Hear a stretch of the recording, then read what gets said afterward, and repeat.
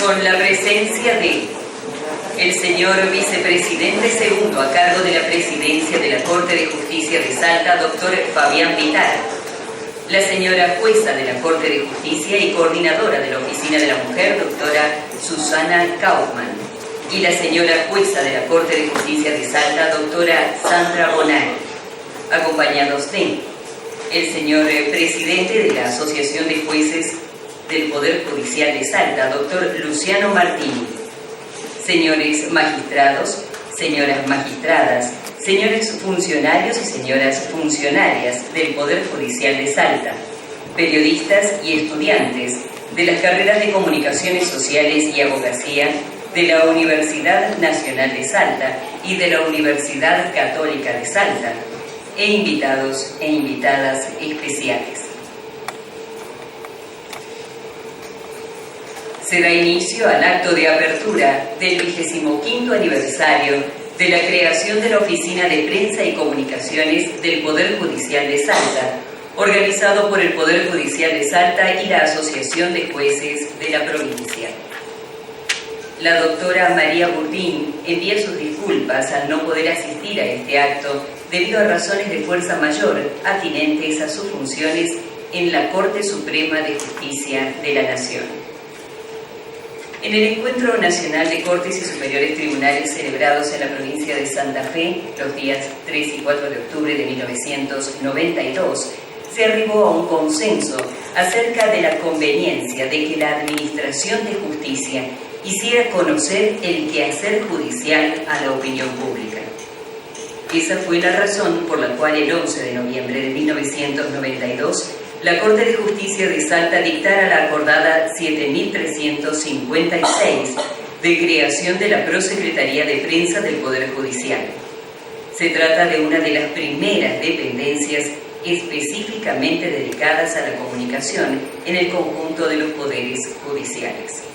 Previamente, por acordada número 7343, se organizó el área de ceremonial y audiencias, hoy Dirección de Ceremonial del Poder Judicial de Salta. Ambas direcciones cumplen 25 años de creación. La experiencia en la justicia salteña, la especificidad en las tareas de ceremonial y de prensa y comunicaciones es hoy mostrada como ejemplo en otros poderes judiciales nacionales.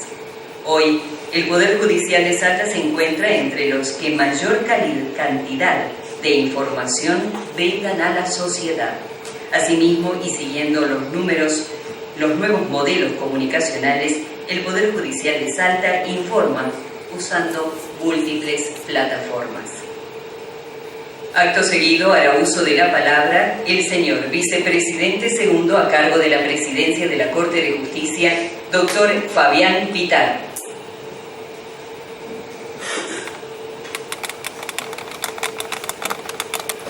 Buenos días.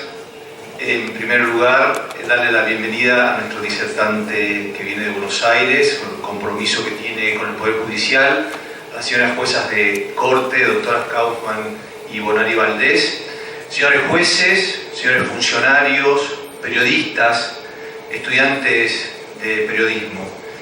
En nombre de la quiero agradecer la presencia en un día tan especial para nosotros como es el haber tenido la visión hace ya 25 años de la necesidad de la comunicación desde el Poder Judicial hacia la sociedad. Si bien mis palabras eran solo de bienvenida, creo que esto amerita una reflexión sobre los objetivos que tuvimos entonces, los logros alcanzados y las deudas pendientes con esta materia. Como bien decían al presentar, en el año 1992 la Junta Federal de Cortes planteó esta necesidad de la comunicación del Poder Judicial con la sociedad, de los temas que eran tan importantes y que había que romper algo que era muy difícil, que era el viejo escudo de que los jueces solamente hablan a partir de sus sentencias. Esta era una manera de que los jueces se protegían y evitaban el contacto con la prensa, esto era real. Y el secretismo del Poder Judicial, estos eran dos elementos que en el año 91 se advertían claramente y que no había políticas públicas destinadas a modificar. No había vocación de hacerlo, esa era la verdad. Las juntas federales de cortes vieron esta necesidad y el Poder Judicial de Salta, uno de los primeros en ejecutar esta idea, creó en 1992 esta oficina de prensa. Era para la Corte en ese momento, pero se amplió al Poder Judicial. ¿Por qué? Porque entendió que la información, la comunicación era un bien social. La necesidad de que los jueces se comuniquen respondía a un servicio de justicia en la que debían romperse esos viejos esquemas, ese escudo, ese secretismo debía romperse. Y tuvimos que visualizar dos problemas graves. Uno, que eran los jueces que no querían salir de ese sistema. Estaba muy arraigado el solo hablar a través de las sentencias. Así que tuvimos que iniciar un proceso de acciones tendientes a que entiendan la necesidad de transmitir sus sentencias hacia la sociedad. Esto significaba capacitarlos, darles herramientas, mostrarles nuevos mecanismos, relacionarlos con la prensa, y donde teníamos el segundo problema, que era la falta de capacitación también de la prensa en el manejo de los temas que se referían a periodismo jurídico. Y esto porque los jueces veían, lo vemos, acá hay muchos jueces presentes, que la manera de preguntar, la forma de indagar, muchas veces iba contra la propia responsabilidad de los jueces en la necesidad de mantener quizás los temas todavía en una etapa de no conocimiento público, pero ese era siempre un obstáculo. Y empezamos también a darles herramientas a través de la escuela de la magistratura, así como hacíamos con los jueces, con los periodistas. Darles herramientas para que tengan mecanismos para la producción, desarrollo y análisis de las sentencias. No era fácil formar a periodistas que venían quizás de cubrir un partido de fútbol a que entiendan cómo era el proceso judicial, cómo debían leerse las actas indagatorias, cómo debían analizarse las sentencias, y lo fuimos logrando. Fuimos generando sistemas de capacitación al principio divididas, pero después pasamos a una tercera etapa, que fue unir. Esto que parecía tan difícil, de que los jueces se junten con los periodistas y discutan los temas comunes. Esto nos llevó mucho tiempo, nos llevó mucho esfuerzo. Estoy hablando casi de la historia de los primeros años, la Conferencia Nacional de Jueces del año 2006. Fíjese cuánto tiempo después. Los jueces reunidos en la Asamblea Nacional, todos los jueces del país, marcaron claramente esta tendencia de la necesidad de unir el Poder Judicial y la prensa con mecanismos nuevos de relación. Así que nace en la Corte Suprema de Justicia de la Nación el Centro de Información Judicial. Lamentamos que la doctora Burdín no haya venido, pero ella está en los orígenes de esa creación que fue tan importante para todo el país. Avanzamos, generamos esa relación, capacitamos, establecimos esas relaciones tan necesarias que procuramos que deje de haber varias verdades en una misma realidad, porque teníamos la verdad del expediente y la verdad de la prensa. Teníamos la ausencia de información de la justicia, de los jueces, y la necesaria interpretación de los periodistas que no tenían información y que debían interpretar porque sus medios se lo requerían. Esto generaba una distorsión en la sociedad que claramente generaba un problema a los poderes públicos, porque la mala información genera una movilidad social que muchas veces no reflejaba la realidad. Así que estos fueron los primeros grandes desafíos que asumimos del Poder Judicial y los fuimos cumpliendo. La Escuela de la Magistratura ha tenido en estos últimos años, junto con la Dirección de Prensa, una actividad muy intensa, buscando ya no solo esa relación, sino ya el perfeccionamiento. Impulsamos desde el Poder Judicial, veo estudiantes acá, la especialización en periodismo jurídico, y esto creo que va facilitando porque el destinatario final lo tenemos muy claro en la sociedad. El Poder Judicial, fíjense ustedes cómo ha ido avanzando, utilizando las tecnologías. Del año 91, con 93 partes de prensa que reflejaban quizás sentencias que en ese momento tenían algún tipo de connotación pública, a 2.450 partes de prensa del año 2016, comunicación directa a los comunicadores, llegamos a la sociedad a través del periodismo, dándoles la información para que puedan transmitir, pero empezamos a desarrollar plataformas de acceso directo, no solo las que se generaba con el periodismo como medio, sino también las que la sociedad, a través de distintas formas, ya buscaba conocer desde su propia posibilidad, como son las tecnologías modernas. Así que habilitamos plataformas. Hoy se puede acceder en la plataforma web del Poder Judicial a las sentencias y desarrollarlas allí, que la gente las pueda conocer. Tenemos comunicación directa también a través de medios como Twitter, como Facebook. Hemos generado esta relación con la sociedad de manera directa utilizando estas nuevas tecnologías. Nos preocupamos también en formar a nuestros jueces en el lenguaje que la sociedad necesita para entender esa sentencia. No solo los periodistas que fueron entendiendo, especializándose en el lenguaje, sino que también advertimos la necesidad de que esa comunicación que va destinada hacia la sociedad común tenga el lenguaje necesario, y por eso es que muchas veces, saliendo de los tecnicismos, hasta del uso del latín y del español antiguo, tratar de generar sentencias comprensivas del grueso de la sociedad. Y estamos avanzando en ese camino, por eso que aunque mis palabras solo eran de bienvenida, no quería dejar de reflejar que 25 años de haber sido pioneros, de haber generado en los hechos esa relación entre prensa y poder judicial, en haber generado las plataformas necesarias para que la gente conozca qué hacemos y cómo, hay todavía un camino muy fuerte. Poder judicial y medios de comunicación, jueces y periodistas, tenemos una tarea muy dura. La sociedad nos mira, tenemos que cumplir con ella. Muchas gracias.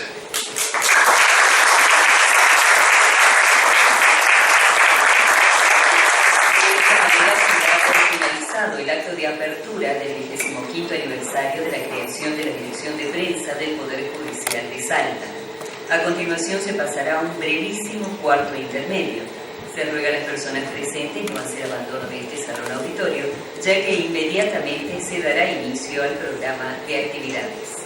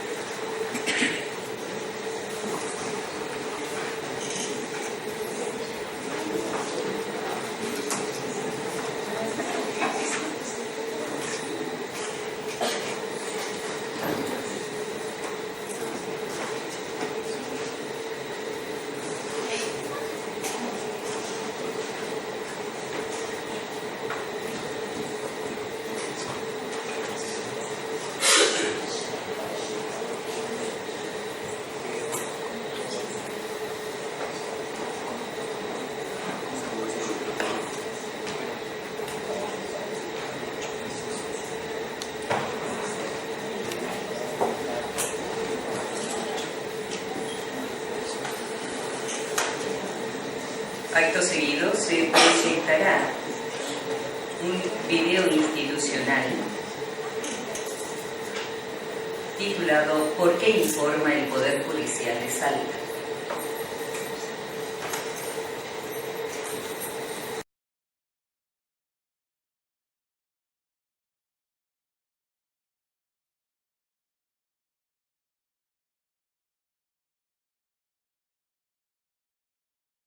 La Oficina de Prensa y Comunicaciones, hoy Dirección de Prensa y Comunicaciones, fue creada en 1992 por acordada 7356 de la Corte de Justicia de Salta.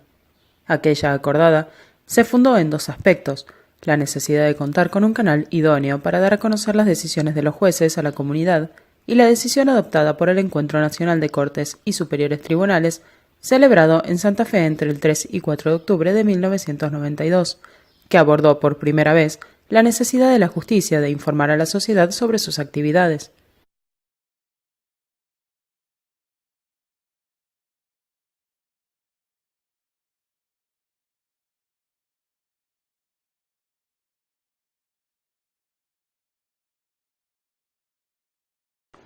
En nombre de la Asociación de Jueces, saludo a todo el equipo de la Oficina de Prensa del Poder Judicial de la provincia de Salta a los 25 años de su creación. Quiero, además, felicitar a todos los integrantes del equipo, pues desempeñan notablemente la importantísima labor de informar, tarea que beneficia tanto a los operadores del sistema judicial como a la comunidad en su conjunto. A nadie pasa por alto, sobre todo en estos tiempos actuales, la importancia de la comunicación.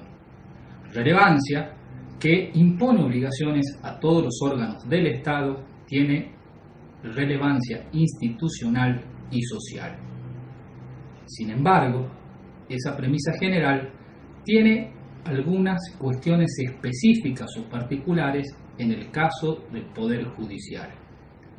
Precisamente por lo delicado de la función que desempeñamos, por la naturaleza de la información que se ventila en todo proceso judicial, existen ciertos condicionantes o limitantes que lógicamente restringen o dificultan la tarea de quienes tienen a cargo brindar tal información. No está de más destacar que tales condicionantes tienen reconocimiento normativo mediante normas expresas de nuestro ordenamiento jurídico. Considero que es muy importante la Oficina de Prensa del Poder Judicial porque es la forma que tiene cada uno de los ciudadanos, cada uno de los miembros que integran nuestra sociedad de conocer lo que cada uno de los jueces resuelve en su fallo, es decir, lo que dice en la sentencia. Es la forma de comunicarse, es la Oficina de Prensa quien canaliza en forma clara y sencilla aquellas resoluciones que a veces con términos muy técnicos resolvemos. Entiendo que el deber de información que tenemos los magistrados es de satisfacer efectivamente una demanda social que cada vez es más creciente y cada vez exige un mayor compromiso, una mayor transparencia, un mayor deber de información por parte de los magistrados respecto de cuál es la actividad que efectivamente cumplimos dentro de lo que se conoce como la justicia. Entiendo que parte de nuestra obligación es justamente el deber de informar. Puesto que se trata del Poder Judicial de uno de los poderes del Estado, estamos en una república y es necesario la difusión y el conocimiento de todos los actos de gobierno. Las sentencias y las resoluciones de los jueces son actos de gobierno de fundamental importancia para la sociedad, por lo cual tienen el derecho a la información y a la veracidad de lo que se hace acá. Bueno, es fundamental la tarea de comunicar la actividad que realiza el Poder Judicial como institución y también las sentencias que van dictando los jueces, porque hay que tener en cuenta que el Poder Judicial es uno de los poderes del Estado, de un Estado democrático, que en cuanto tal tiene que ser transparente, accesible a la comunidad, y además es un poder que controla los demás poderes y además resuelve conflictos sociales. El desafío que tenemos en este momento es de consolidar el Estado democrático de derecho y sin lugar a dudas el acceso que la ciudadanía tiene a la información de lo que se resuelve en el Poder Judicial es fundamental para esa consolidación. El nuevo Código Civil y Comercial, que ya ha cumplido 2 años de vigencia, ha transformado de una manera significativa la vida de relación en nuestro país y ello, en definitiva, hay que considerar de que la Constitución y las leyes, en definitiva, son lo que los jueces dicen que es.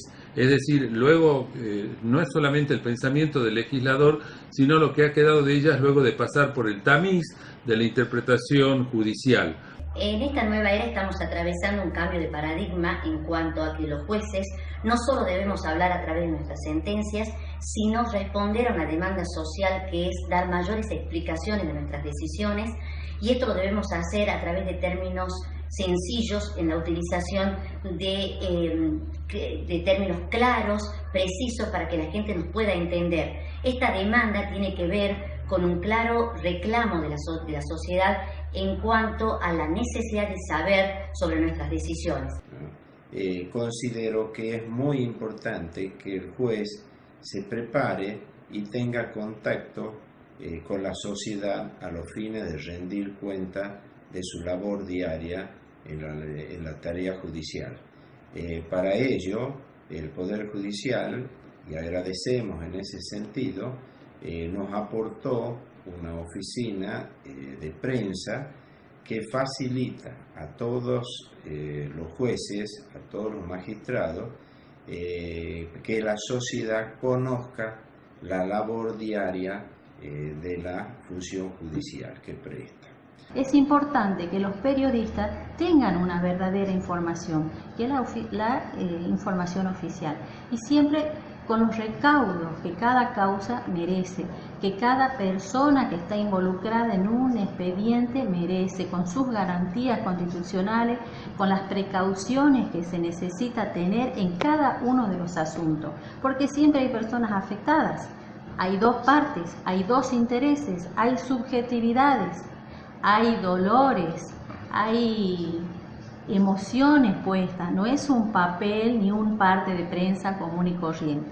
Hay muchas cosas que están en juego en un conflicto y en una situación legal. Frente a la necesidad que tenemos hoy los magistrados de hacer conocer nuestra tarea, de que se comprendan además nuestras resoluciones, la tarea de la oficina de prensa, la labor que en ese sentido realizan los profesionales, es realmente indispensable para el cumplimiento adecuado de nuestras funciones.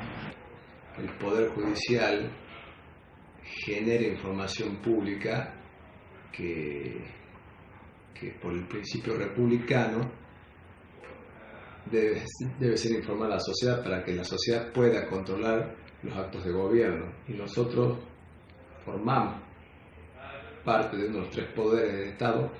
Entonces, en la medida que la información que manejamos pueda publicarse, siempre y cuando en nuestra materia no afecte las investigaciones o el juzgamiento, corresponde que se den a conocer a través de la oficina de prensa a toda la sociedad.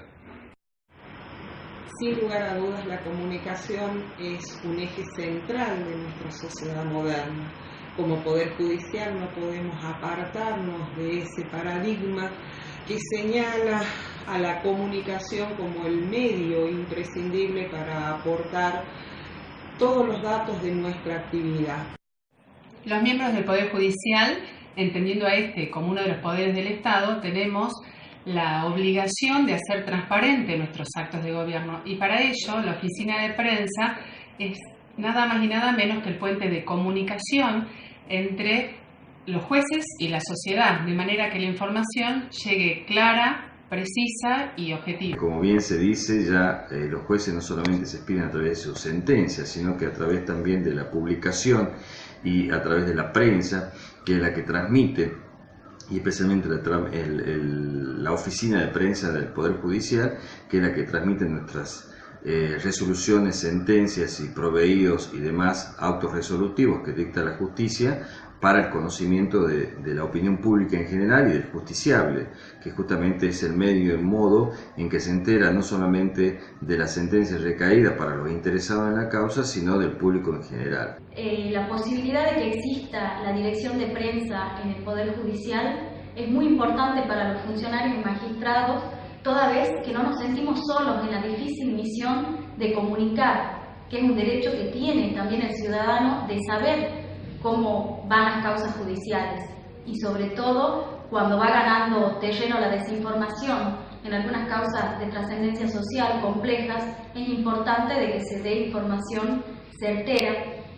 Siempre se ha dicho que los jueces hablamos a través de nuestras sentencias, pero las mismas han empezado a ser conocidas por el judiciable a través de la actividad de este organismo.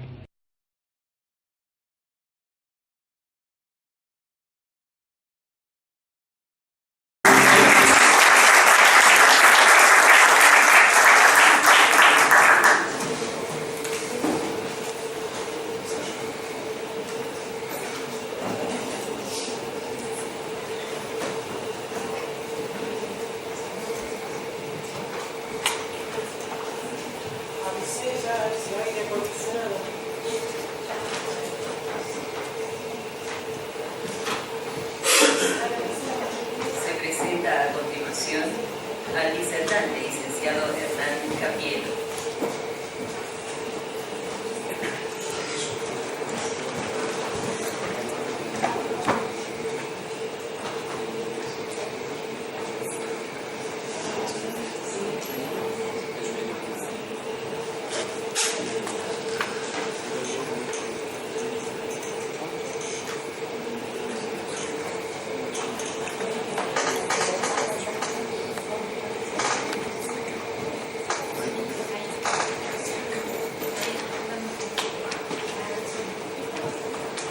Hernán Capielo es licenciado en Periodismo de la Universidad del Salvador, diplomado en Comunicación Social e Imagen Corporativa y en Comunicación Organizacional de la Facultad de Ciencias Políticas y Sociales de la Universidad Autónoma de México, director del Departamento de Ciencias de la Comunicación y Periodismo de la Universidad Católica Argentina y profesor de la Licenciatura en Comunicación Periodística. Periodista del diario La Nación, especializado en temas judiciales, narcotráfico, seguridad y delito. Realiza trabajos de investigación periodística. Fue profesor de la Cátedra Taller de Redacción Periodística 1 de la Licenciatura en Comunicación Social de la Universidad de Ciencias Sociales y Empresariales y en la carrera de Técnico Superior en Periodismo de la Escuela de Periodismo 20 de Junio de Vicente López. Expositor en diferentes conferencias relativas a su especialidad, conductor y columnista de programas radiales y de televisión por cable, autor de artículos periodísticos firmados de publicación diaria en el diario La Nación. Señoras y señores, con ustedes el licenciado Hernán Capielo.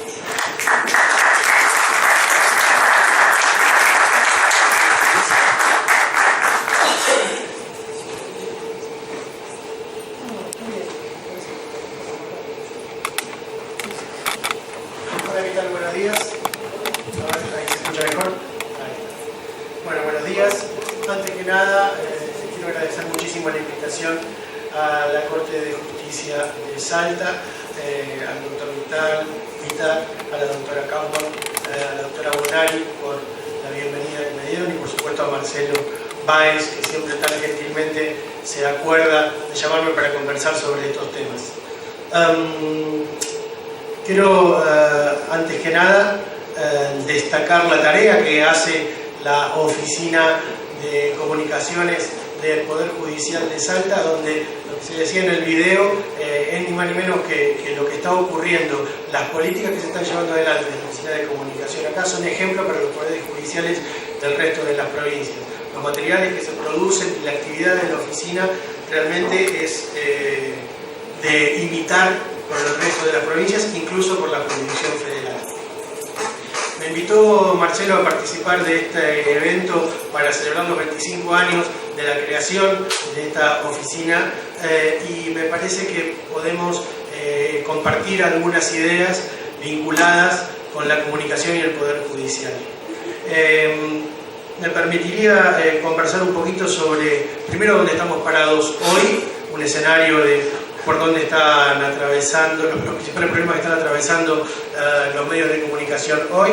Después, centrarnos un poquito en lo que tiene que ver la relación entre prensa y justicia, mencionar un poco algunas cuestiones vinculadas con cómo podemos hacer para aspirar a un periodismo judicial de calidad en esta época en la que estamos viviendo.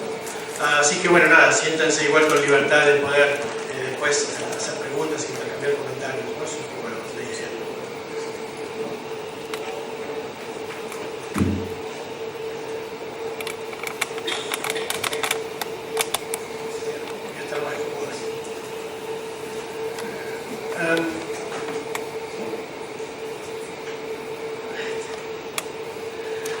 Bueno, en principio nada, esto no es novedad, pero es necesario decirlo.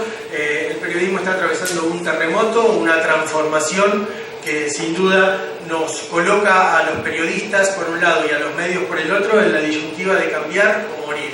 Y esto está vinculado no solo con la producción de contenidos informativos por parte de los medios y los periodistas, sino que también es una realidad que interpela a las oficinas oficinas que se encargan de la comunicación institucional en todas las organizaciones, incluido el Poder Judicial.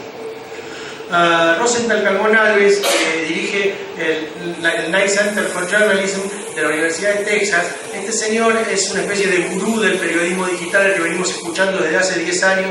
Acaba de prologar un libro que se llama Periodismo Disruptivo, que habla de todos los cambios que generó el terremoto digital en la comunicación.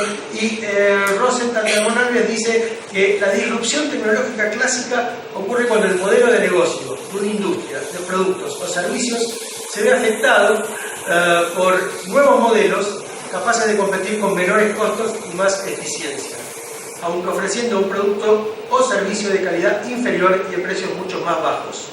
Si nosotros pensamos en un momento lo que pasó con el periodismo es esto: todos ustedes pagaban por un periódico hasta que empezaron a informarse por internet. Primero la comunicación digital competía con esa otra comunicación por medios analógicos. Menores costos, no, gratis. La tenemos hoy día, la tenemos gratis, ¿sí? Y aunque ofreciendo un producto de calidad inferior y a precios más bajos, finalmente se terminaron imponiendo. Luego dice que esos productos inferiores, más populares, empiezan a mejorar, y cuando las empresas líderes se dan cuenta ya no son más líderes.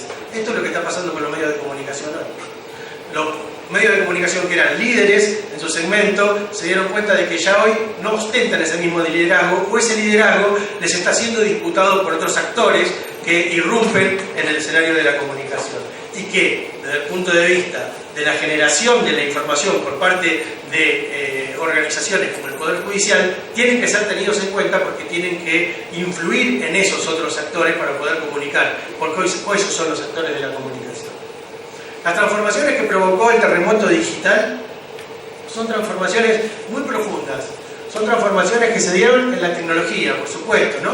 Estamos hablando de que hoy estamos pensando solamente en el celu, ¿no? En el smartphone, y ya ni siquiera en el desktop, en las computadoras de escritorio. El otro cambio fundamental es el cambio que se da en el negocio. La estructura tradicional del negocio de los medios escritos y de los medios también audiovisuales pasa por la publicidad. Hoy la publicidad está en retracción, la publicidad no está acompañando más el negocio. Hay un trasvasamiento de la publicidad analógica a la publicidad digital, con una diferencia abismal en los costos. Lo que vale una publicidad digital no es lo mismo lo que vale una página en un medio escrito, y la circulación está bajando de manera dramática, con lo cual están bajando los ingresos de los medios tradicionales porque hay una baja en la publicidad. No es suficiente el traspaso de la publicidad analógica a la publicidad digital, y hay una disminución alarmante en la distribución. Esto hace que los medios tradicionales piensen a dónde estamos, hacia dónde va nuestro negocio. Y ustedes dirán, ¿y esto en qué se relaciona con nosotros? Nosotros somos jueces, no nos dedicamos a imprimir periódicos. En que los mensajes que ustedes van a transmitir tienen que asegurarse que lleguen a sus audiencias, a sus públicos. Y del modo en que se está transformando el ecosistema, los públicos ahora están en otro lado, las audiencias están en otro lado. El cambio en las audiencias hace que las audiencias no estén más en el kiosco. Las audiencias están en el celular, las audiencias se cruzan con los contenidos. Hoy no alcanza pensar en los contenidos de manera tradicional, ¿sí? Hoy, ahora vamos a ver, las audiencias están topándose con los contenidos a través de la navegación que hacemos cada uno de nosotros cuando nos informamos, sobre todo a través de las redes sociales. Todos estos cambios se están dando al mismo tiempo. Esto supone además cambios de la relación de los medios con el poder político estoy hablando. También estas modificaciones hacen que se modifiquen las relaciones de los medios con el poder. Los medios siempre fueron, por su función, un controlador del poder. Siempre los periodistas, dentro de sus funciones, está ponerle la lupa grande al poder político, al poder económico, al poder religioso, al poder, ¿sí? Pero todas estas modificaciones en nuestro modo de trabajar hace que también las relaciones con el poder y que la independencia del poder sea también más difícil. Este terremoto digital creó un ecosistema de medios que es en el que estamos inmersos hoy, que aún está inestable. Aún no hay certezas por parte de los medios de comunicación acerca de cuál es el rumbo que deben transitar para poder seguir siendo empresas exitosas por un lado, o poder seguir teniendo un negocio, o poder seguir llegando a mayores audiencias. Lo que hay son distintas pruebas, distintos ensayos que se van haciendo desde distintos medios en distintas partes del mundo, y estos modelos se van copiando. La única certeza es que seguramente va a ser muy diferente a lo que pasaba en el siglo XX. Hay una convergencia, los soportes ya no están separados. Decían en el video de presentación, decía el doctor, que el Poder Judicial tiene que comunicar de manera multiplataforma, porque hoy los soportes están todos juntos. Los web, los móviles, los dispositivos vestibles y la Internet de las cosas, que ya está entre nosotros. Samsung me estaba vendiendo un lavarropas que se conecta a Internet. Digo, no estoy hablando del futuro, estoy hablando de lo que pasa en Garbarino. Los dispositivos vestibles están entre nosotros. Los relojes que más de algunos de ustedes los debe tener, donde se transmiten la información que ustedes reciben en sus celulares. Recientemente en una exposición, uno de los gerentes del New York Times nos contó como una de las estrategias que había encontrado el New York Times para poder recuperar audiencia y monetizarse era crear unos contenidos específicos de adelantos de noticias para los relojes, entonces se habían transformado en una suerte como de alertas informativas que eran no como tweets, sino unos tweets un poco más reformulados, pero que el New York Times lo había pensado como un producto específico para venderle a los usuarios de teléfonos vestibles, con lo cual, de dispositivos vestibles, con lo cual se abre una estrategia nueva de negocios y también nos cambian el modo en que nosotros tenemos que pensar los contenidos periodísticos. Tenemos que pensar contenidos periodísticos para ponerlos en un reloj. Esto habla de que yo no escribo más para el diario, o escribo para el diario, pero la mayor relevancia que tienen los contenidos que yo hago no está en el diario de papel todos los días. La relevancia que tienen los contenidos está dada por los 6 millones de visitas únicas que tienen al otro día cuando salen publicadas en la web. Y no es ni siquiera cuando salen publicadas en la web, sino cuando terminan de impactar y convertirse en un contenido de redes sociales, porque es ahí donde está hoy la disputa de la batalla comunicacional, si quieren. Ese es el campo de batalla, si ustedes quieren, del debate entre los distintos actores políticos, económicos, sociales, de donde estamos los periodistas. Es en las redes sociales donde los contenidos están circulando de un modo aparentemente anárquico y donde las audiencias terminan cruzándose con esos contenidos e incorporando esas informaciones. Y es ahí donde también las empresas y las organizaciones como el Poder Judicial diseñan políticas de comunicación para que sus contenidos estén en esos lugares. Ahora vamos a ver un poquito más de esto. Como decíamos que hoy es más importante lo que yo pueda decir en 140 caracteres o 280 caracteres ahora en Twitter, o lo que pueda publicar yo en el .com de La Nación. Creo que estos números nos van a dar una idea de por qué esto es así. Estos son números de este año que nos habla de cómo está de manera global el crecimiento de la web. Con 7.476 millones, miles de millones, ¿sí?, de personas. Internet llega a 3.773, pero que tienen actividad en las redes sociales 2.789. Fíjense que estamos hablando de un poquito menos de la mitad de la población mundial, está ahí, ¿no? Y los usuarios únicos de teléfonos celulares, fíjense cuántos son, ¿sí? 4.917 billones. ¿Qué es lo que pasa en el crecimiento? Esto es de enero de este año. Fíjense cómo crece. No solo Internet un 10%, sino que también está creciendo fundamentalmente redes sociales y usuarios activos en soportes celulares de redes sociales. Entonces, ¿a dónde hay que comunicar? Acá. Acá. Yo tengo que escribir para el celu. Y tengo que escribir contenidos que sean posibles de leer en un celular y generar contenidos digitales livianos, navegables, no infografías animadas pesadas, sino algo que esté preparado para nuestra propia red de telefonía celular, que se caracteriza por la lentitud, por la anacrónica, porque el 4G es mentira. Digo, los contenidos tienen que estar pensados para ese soporte. Y cada vez más pensando en el celular y cada vez menos en el desktop. La computadora de escritorio está en retroceso a la hora de consumir información.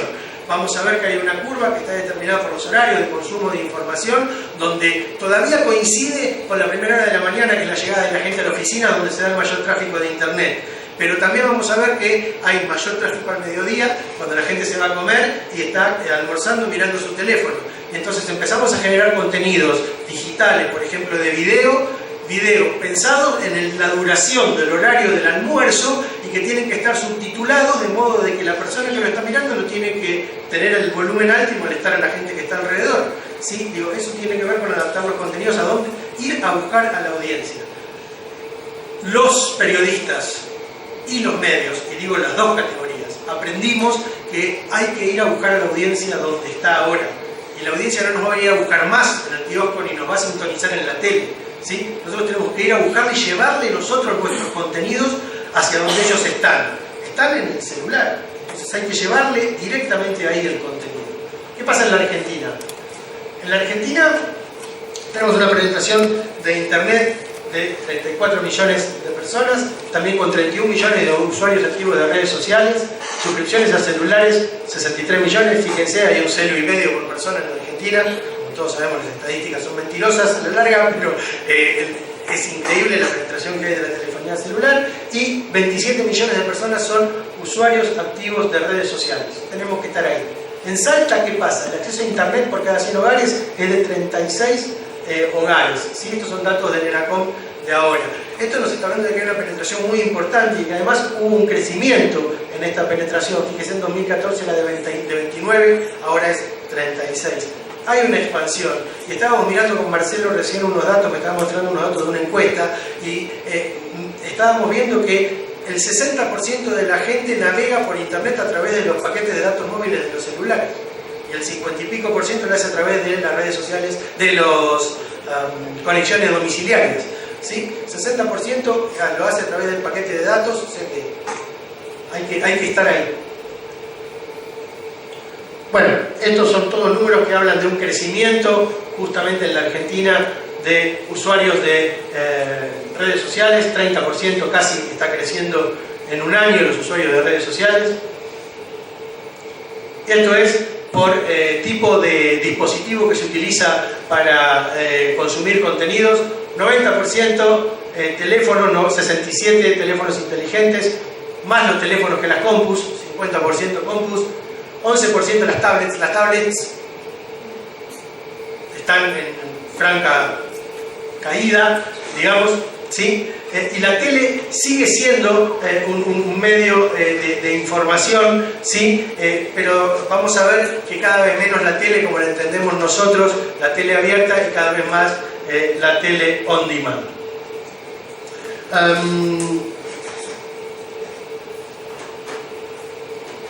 Este me parece que es el gráfico más interesante, que es a dónde están las audiencias. En la Argentina la audiencia está en YouTube, 76%, y en Facebook, 75%. Si yo tengo que hacer información del Poder Judicial, como lo tiene Marcelo, tengo que tener una página de Facebook. Twitter sí, pero miren a dónde está, 47%, y en Salta, por los números que me mostraba Marcelo, 15%. Marcelo me mostraba números de Facebook, que está en Salta 65%. Digo, es ahí donde está la audiencia, es ahí a donde hay que llevar los mensajes. Y ahora podemos pensar un poquito si estos mensajes que hay que poner en estos lugares, qué características tienen que tener. Cómo transformar una resolución judicial en un mensaje para YouTube o en un mensaje para Facebook. Cómo tiene que ser ese posteo de Facebook, qué características tiene el lenguaje en Facebook, a diferencia del lenguaje en Twitter, donde definitivamente el Twitter es un lenguaje mucho más vinculado con la racionalidad, con la información dura, con lo que los periodistas llamamos las 5 W que tienen que tener la información. En Facebook es un lenguaje mucho más emotivo, mucho más vinculado con los contenidos audiovisuales y mucho más pensado para que impacten las audiencias de otro modo. Como decíamos entonces, los contenidos hoy están circulando por las redes sociales, y ahí es donde los periodistas que se dedican a los temas de tribunales informan. Además de informar en sus radios donde trabajan, en los diarios impresos donde trabajan, fundamentalmente los contenidos están circulando por acá. La caída de circulación que tienen los diarios y en particular les puedo hablar del caso de La Nación, donde yo trabajo, hace que nos estemos replanteando, los periodistas y la empresa se están replanteando una reformulación para que sus contenidos estén ahí, más allá del diario de papel. ¿Sí? Esto significó un cambio importante en la organización de la redacción y significó un cambio importante en la reasignación de los recursos. Hay en los orígenes, hace ya casi 30 años, más o menos como la oficina de prensa del Poder Judicial, la redacción web eran los chicos que estaban ahí, ¿sí? Y los periodistas de papel, como yo, éramos los que publicábamos las noticias de verdad en el diario de verdad. La web no existía y nosotros éramos los creíbles. Hoy, si no estamos en la web, no existimos. Y el diario de papel, donde hay destinado el mayor esfuerzo de la redacción para hacer un producto de calidad, ahora vamos a ver la importancia de este concepto, desaparece en horas, porque cerramos el diario de papel a las 10 de la noche y a las 10 de la mañana, 9 de la mañana, ya no está más en la web, porque ya fue reemplazado por otro contenido de inferior calidad. Esto pasa con nosotros, con muchos de nosotros, con las redes sociales. Lástima que no me di cuenta que la leyenda tapa un poco el gráfico, pero lo que muestra es que nos despertamos, corremos, estamos con Spotify. Seguramente muchos de ustedes tienen Spotify y lo tienen pago, porque no se bancan la publicidad. Pero los chicos, y están ahí los anunciantes. Los adolescentes hoy están compartiendo contenidos por Snapchat y las empresas están ahí. En la facultad, en los chicos del periodismo, estamos aprendiendo a contar noticias con Snapchat, a hacer coberturas con Snapchat. Estamos todos en Instagram, nos despertamos y estamos en Instagram, consultamos nuestro WhatsApp y consultamos nuestro Facebook. ¿Sí? Bueno, todas esas redes sociales están llenas de noticias. Y es ahí donde están los contenidos. Decíamos que la tele se transforma en on demand, se reinventa, cae la audiencia de la tele abierta y es más la audiencia que se pasa a Netflix, Flow, DirecTV, On Demand, etc. Del broadcasting entonces a la plataforma de contenidos. Y vamos a ver que ya las empresas que distribuyen contenidos se transformaron ahora en productoras de contenidos. Netflix se asocia con Facebook para producir contenidos. ¿Sí? Netflix, productora de películas, ¿no? Netflix siendo un peso pesado de Hollywood. Entonces, son necesarios para este ecosistema nuevos perfiles de periodistas. Hace falta otras personas que comuniquen. La redacción dejó de ser la redacción de antes, es una sola redacción donde tiene que haber una convergencia, ¿sí?, entre medios digitales y medios analógicos, y ya diría no una convergencia, sino que tiene que ser una redacción digital que imprime un diario. En La Nación, en la última reunión que tuvimos de estrategia de la empresa, Proyecto 2025, el CEO de la compañía dijo que La Nación se transformó en una empresa que produce contenidos móviles de calidad. Bartolomé Mitre se reactualiza en su tiempo. Esta era la redacción de La Nación en esa época, ¿sí? En la de Bartolomé Mitre. Esta era la redacción, es la de Clarín. Esta es hoy la redacción de La Nación, ¿sí? Es una redacción que parece una redacción normal, con compus, ¿sí?, pero tenemos un estudio de televisión dentro de la redacción, ¿sí? Estamos produciendo contenido multimedia. ¿Por qué hay un canal de televisión? ¿Para competir con TN? No. La verdad que no tenemos los recursos, no tenemos los periodistas, no tenemos los móviles para generar contenidos audiovisuales que se puedan compartir a través de las redes sociales. Y si hay una entrevista que puede generar un contenido que dura 10 minutos, se corta en 1 minuto y medio, se subtitula y se comparte. Es ahí por donde está circulando el contenido. Hay muchas redacciones que no. Hay zombies, todavía no se dan cuenta que son muertos vivos y que todavía siguen apostando a el periodismo que no existe más. Y las redacciones de zombies no es que van a morir, ya murieron. Y esto es doloroso porque implica también que desaparecen empresas y desaparecen fuentes de trabajo para periodistas. Tengo que decir con dolor que ayer cerró la agencia de noticias DIM, Agencia Nacional de Noticias, porque ha decidido que Clarín, La Nación y los diarios del interior, que eran los dueños de la agencia de noticias DIM, que no es más un negocio viable, ¿sí? Significó que hubo una falta de adaptación a todos estos cambios, seguramente hubo una falta de adaptación de la estructura de la agencia, tiene que ver con el negocio en particular de las agencias de noticias, que también está en una crisis muy severa, pero también se transforma esto en que hay 100 periodistas que no están trabajando más. Entonces, estos cambios son indispensables. ¿Qué requiere la redacción del futuro o del presente, como decíamos? Requiere que los periodistas sepan hacer algunas de estas cosas. Fact-checking, que es chequeo de datos, ahora vamos a hablar un poquito de eso. Trabajar con redes sociales, aprender de programación. Los periodistas tenemos que aprender a programar en HTML. Yo estoy poniendo una materia educativa en la facultad de la carrera de periodismo, programación. Y el perfil que está buscando hoy las empresas de producción de contenidos son periodistas capaces de hacer visualizaciones digitales, que puedan tunear un WordPress, un gestor de contenido, que puedan trabajar no solo haciendo los contenidos, sino también haciendo las aplicaciones digitales con las que esos contenidos se van a compartir. Diseñadores visuales, infografistas, pero multimedia, no que hagan dibujitos, sino que sean capaces de vincular audio y video, ¿sí?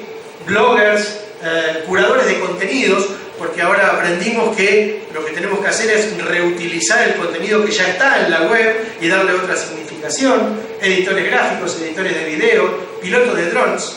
Hay que incorporar a la redacción gente que sepa manejar un dron y que tenga el registro para manejarlo. Editor de realidad virtual y de realidad aumentada. Estamos cada vez más utilizando el sistema de realidad aumentada, donde yo tengo un soporte plano, un soporte analógico, y con el celular lo escaneo y puedo acceder a un video que hace crecer los contenidos de esa pieza de comunicación plana. Realidad virtual, video 360, ¿sí? Community managers, por supuesto, pero estamos community managers además con alguien que pueda armar una estrategia, no solo los contenidos de esos contenidos digitales en redes.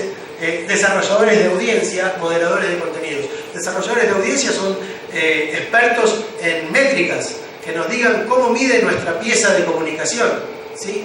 La nota de Capielo, ¿cómo ranqueó?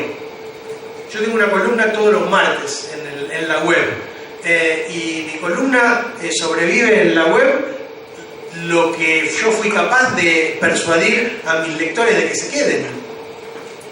Y no hablo de los clics, porque también cambió esa metodología de la métrica. No se miden los clics, se mide el engagement, se mide la satisfacción de la audiencia con el contenido que yo le estoy procurando y la cantidad de tiempo que se queda detenido en ese contenido. Entonces yo voy a tener más posibilidades los martes de arranquear de la mitad de la pantalla para arriba si tengo más lectores que se quedan más tiempo, y si no voy a terminar en el fondo, donde por más que scrolleen hasta el final no van a encontrar la columna judicial de los martes de Capielo. Pero eso también nos habla de otra dinámica, de cómo se decide qué contenidos terminan teniendo mayor exposición. Y ahí hay otro debate, que es si el contenido va a estar determinado exclusivamente por las métricas, o si el contenido va a estar determinado por lo que los periodistas sostenemos que tiene que ser, que es una responsabilidad a la hora de comunicar. Hay contenidos que las audiencias no saben, que les importan y que necesitan conocer. Entonces, más allá de que no tengan una métrica aceptable, sin embargo tienen que estar ahí, ¿no? Los derechos que tenemos los electores en cada elección, los deberes que tenemos los electores en cada elección, cuestiones vinculadas con la ejecución del presupuesto, cuestiones vinculadas con noticias que pueden ser áridas desde lo económico, pero que son indispensables para entender qué está pasando con los jubilados y si van a cobrar más o menos jubilación de la mano de esta reforma que está planteando el gobierno. Eso seguramente no va a arranquear arriba de las métricas, pero es información que tiene que estar y que está vinculada con la responsabilidad que tiene el medio para con su audiencia. Periodismo móvil es hoy el periodismo que estamos haciendo, el periodismo con celulares. Periodismo de inmersión es el que está vinculado con contenido de realidad 360, donde yo puedo poner a mi audiencia en el medio de una manifestación, proporcionándole un contenido que puede mirar con unos anteojitos de cartón que se venden por 100 pesos. Hoy están disponibles para que los chicos jueguen y los grandes también los usen para consumir información. En La Nación cambiamos el web first, que era el proceso fue: ¿cómo vamos a publicar una primicia en la web? Yo la tengo para el papel. ¿Cómo le voy a vender? ¿Le voy a regalar a la competencia la primicia? La guardo para el diario del día siguiente, que el lector que compra La Nación encuentre un contenido con un plus. Ahora, después fue, no, tengo que subirlo a la web ya, porque la primicia no es más primicia. Va a durar poco, la competencia se va a enterar.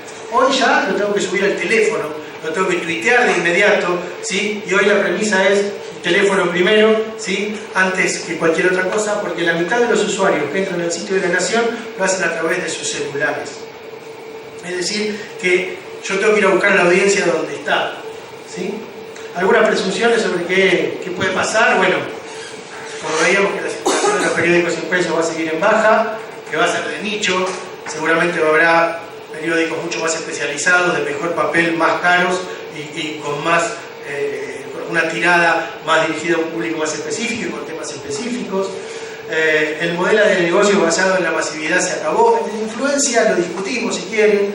Yo creo que el modelo de negocio basado en la influencia todavía está, por eso los anunciantes son capaces de pagar lo que pagan por una página en color de un aviso en una edición dominical, pero si vale 100.000 pesos Carrefour para poner un aviso domingo en el diario, lo hace no porque el diario venda 300.000 ejemplares, sino por la influencia que puede tener ese producto como contenido creíble y como contenido apreciable y que aspira a que esas ideas se traspasen a los productos que venden las empresas que publican allí.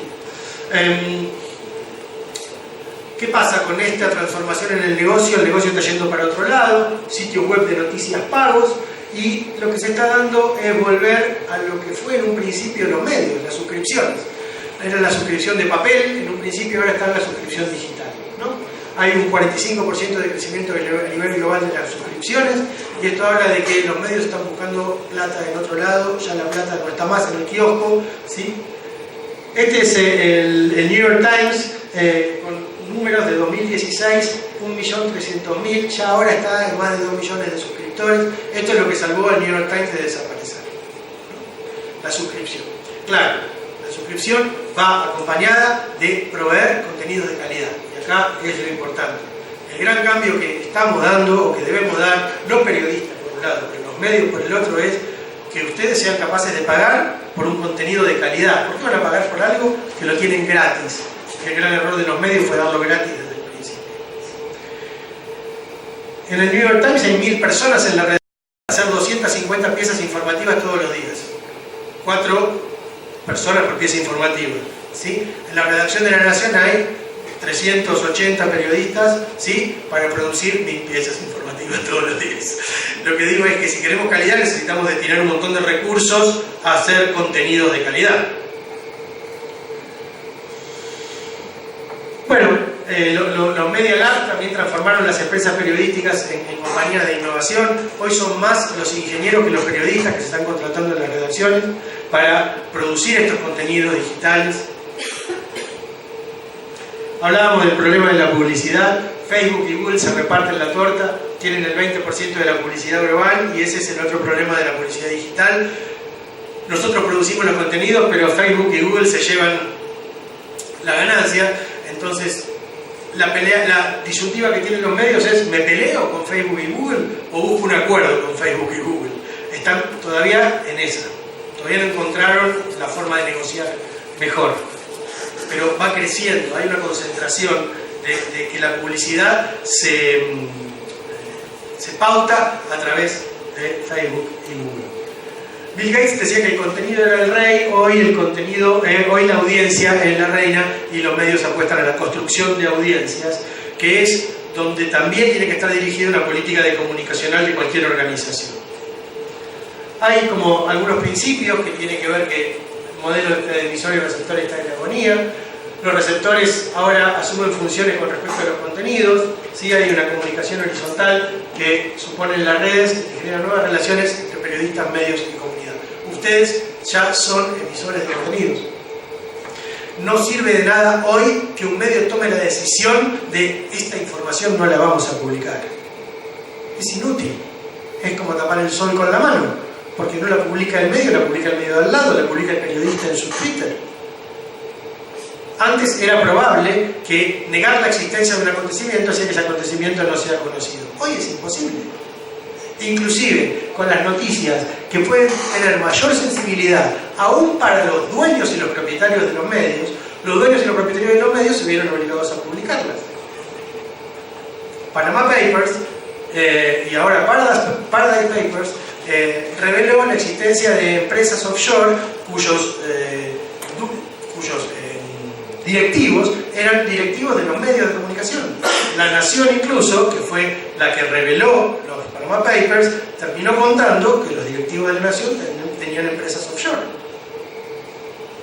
No les digo que esto fue una cuestión sencilla, les digo que es una evidencia innegable, porque los Panama Papers ya eran globales. ¿Cuánto tiempo podía pasar para que un periodista pusiera el apellido correcto en el buscador y apareciera la empresa offshore? Mejor decirlo.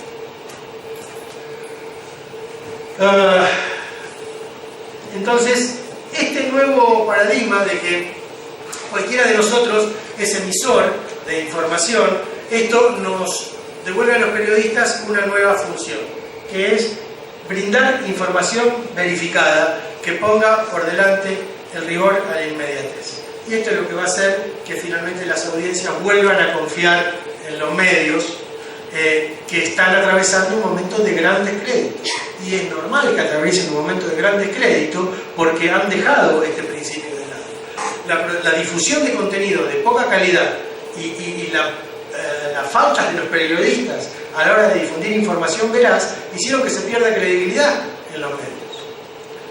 Ni hablar de los últimos 12 años y la discusión política que atravesó los medios, que si quieren ahora podemos compartir, pero que también contribuyeron, por un lado, a visibilizar una situación y, por otro lado, a poner de manifiesto la poca calidad de algunos contenidos periodísticos. Hay que volver a lo que aprendimos todos, al rigor. Hoy por hoy, la recomendación social es la que determina el consumo de noticias y distinguir entre un buen contenido de calidad y contenidos virales de mala calidad está más vinculado con me dijeron que o me compartieron. La mayoría de ustedes se enteran de las cosas por los contenidos que les comparten. Y si se los comparte a alguien a quien ustedes tienen un alto valor, lo aprecian en cuanto a sus criterios, van a apreciar ese contenido. Entonces yo tengo que asegurarme que ese contenido que yo produzco sea compartible y circule por esa red que va a prestigiar ese contenido. Hay una crisis de confianza en los contenidos de los medios y esta crisis de confianza está determinada, por supuesto, por las fake news. Acá podemos detenernos 2 minutos si quieren y hablar de lo que son las fake news vinculadas con estrategias intencionadas de distintos grupos emisores de contenidos que lo que pretenden es difundir noticias falsas para buscar un rédito político, económico, provocar un perjuicio, ¿sí? Y ahí estamos hablando de grupos organizados, de empresas, de grupos políticos, de países. Ahora podemos referirnos 2 minutos a eso.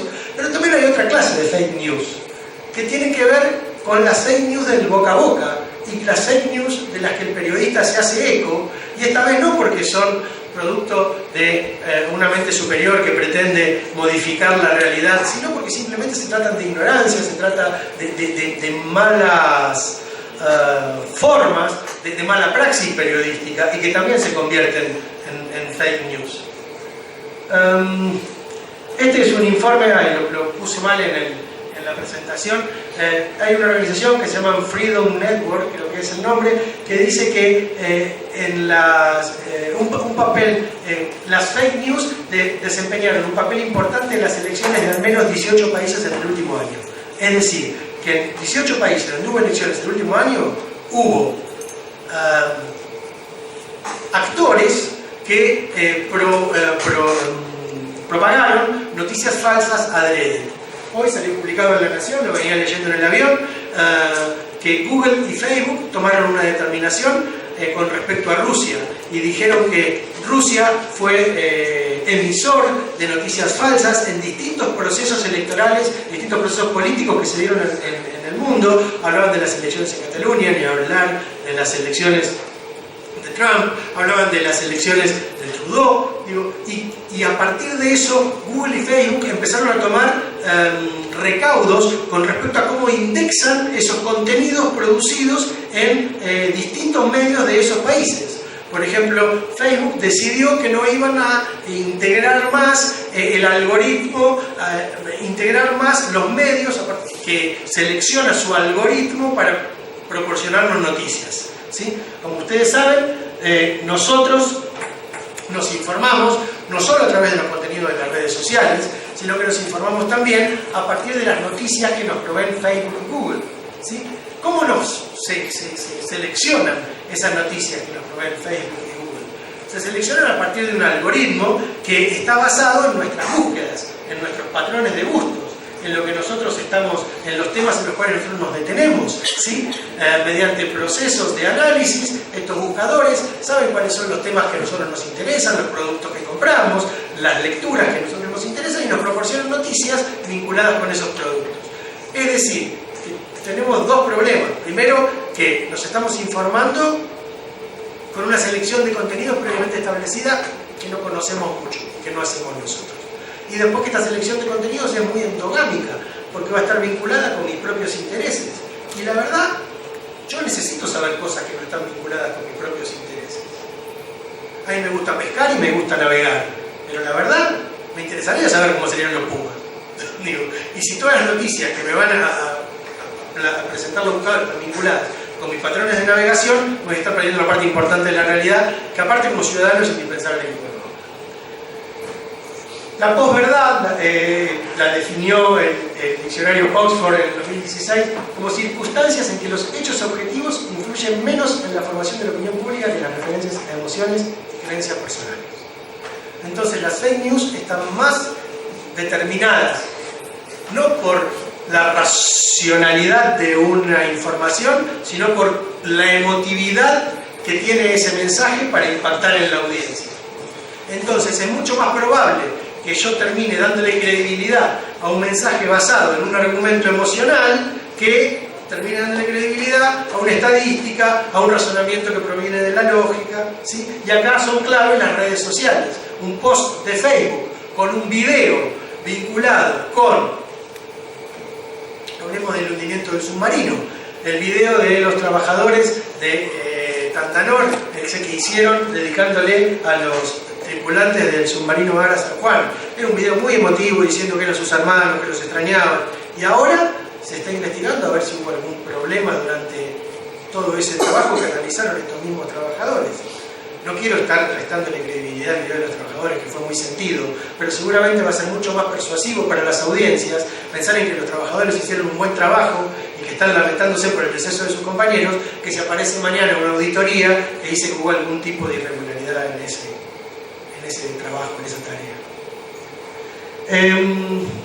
Francisco dice que propagar desinformación es probablemente el mayor daño que los medios pueden hacer. Utilizar los medios para esto en lugar de educar al público cuenta como pecado. El problema es más grave que el problema del pecado, más grave que un problema moral. Es un problema que está vinculado con el ejercicio de derechos fundamentales, ¿no?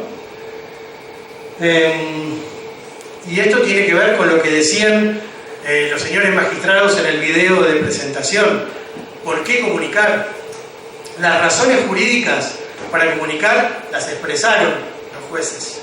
Dijeron que vivimos en un sistema republicano de gobierno, que las sentencias son actos de gobierno, que estamos obligados a que se conozcan. También hay tratados internacionales que reconocen el derecho a acceso a la información por parte de la ciudadanía. Pero hay otras razones que no están vinculadas exclusivamente con lo jurídico y que están vinculadas con el proceso de comunicación.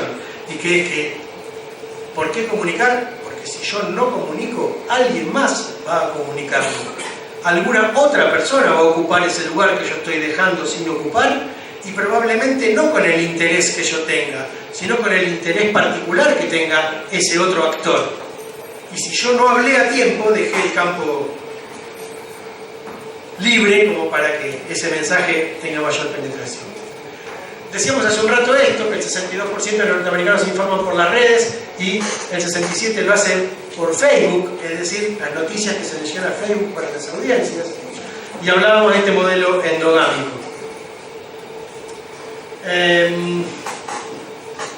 Decíamos esto, que es más importante quién comparte conmigo la noticia que la fuente de la noticia.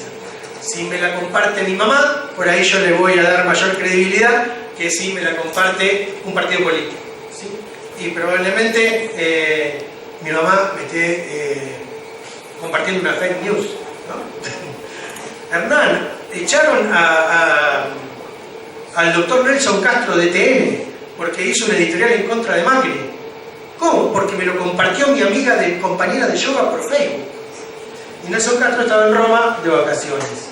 Y digo, era fácil comprobarlo, había que googlear 2 minutos, pero era más importante ese tweet compartido por su compañera de yoga que googlear 2 minutos. Facebook y Google advirtieron este problema de las fake news y ¿qué hicieron?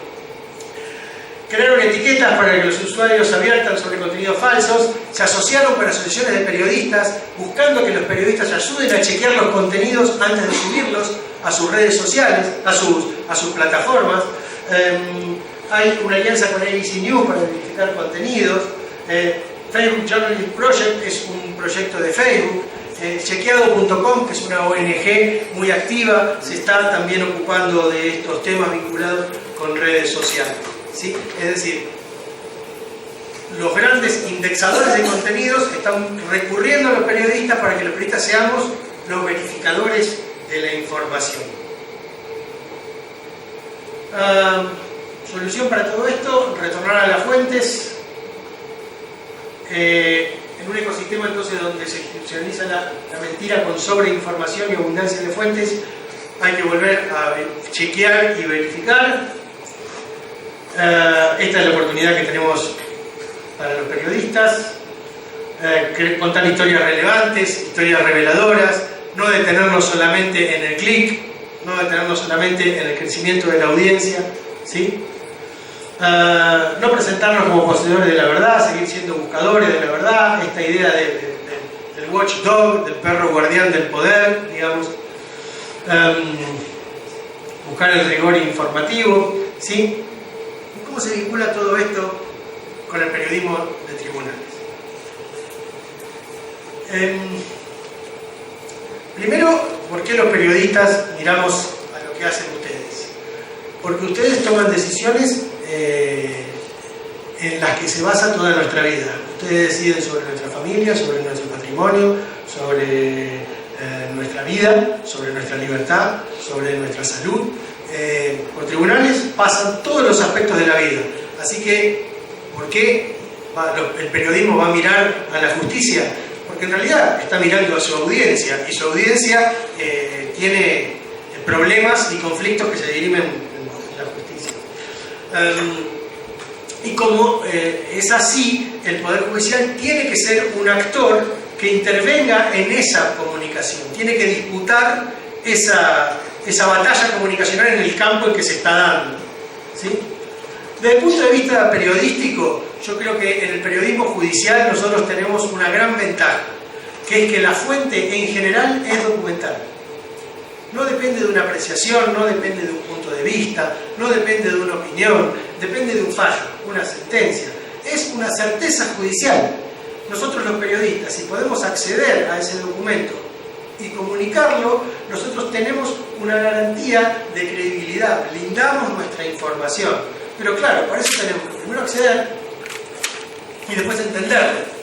Y después de entenderlo, poder transmitirlo, hacerlo inteligible. ¿Sí? Para eso hace falta capacitación por parte de nosotros, los periodistas, y para poder transformarlo en un contenido accesible, y ya vimos a dónde tiene que estar.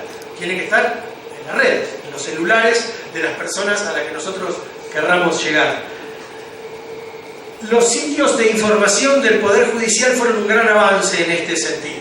El sitio de la Corte al proporcionar las sentencias, el SIG, fue un gran avance en este sentido. Pero ahora vamos a ver que el SIG no solamente tenía esta intencionalidad de proporcionarnos los documentos, sino que el SIG fue también un instrumento que libró una batalla comunicacional en lo político, y durante los últimos 12 años el SIG, el Centro de Información Judicial, sirvió para librar esa batalla contra lo que fue el gobierno anterior, durante el kirchnerismo. Ustedes van a ver que el conflicto que tuvo la justicia con el Poder Ejecutivo por momentos durante la década pasada se terminó dirimiendo en la homepage del SIG, donde la mayor o menor visibilidad que tenían los temas estaban vinculados con los debates que se estaban dando y con los conflictos y las pujas y las tensiones que se estaban dando en aquel momento entre el Poder Ejecutivo y la cabeza del Poder Judicial. En el Poder Judicial tenemos partes, están claramente identificadas, están identificadas en el expediente las partes, pero son fuentes, pero son todas interesadas. Cuando hablo de fuentes interesadas, no estoy hablando exclusivamente de las fake news que puede fabricar un determinado organismo, sino que estoy hablando por ahí con una comunicación honesta, pero que una de las partes la va a hacer con el punto de vista de su parte, ¿sí?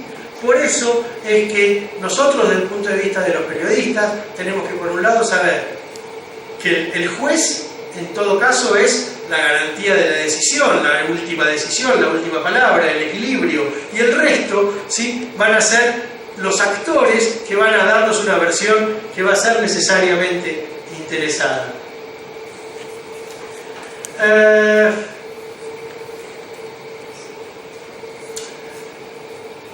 Los contenidos de las redes, cuando nosotros hablamos de noticias judiciales, no tenemos que compartirlos sino antes verificarlos. Un tweet dando a conocer una información vinculada con un caso policial tiene que ser tan riguroso como nuestra columna o nuestro texto firmado. Nosotros no podemos retuitear sin tener idea de si eso que estamos diciendo o ayudando a viralizar efectivamente es real, ¿sí?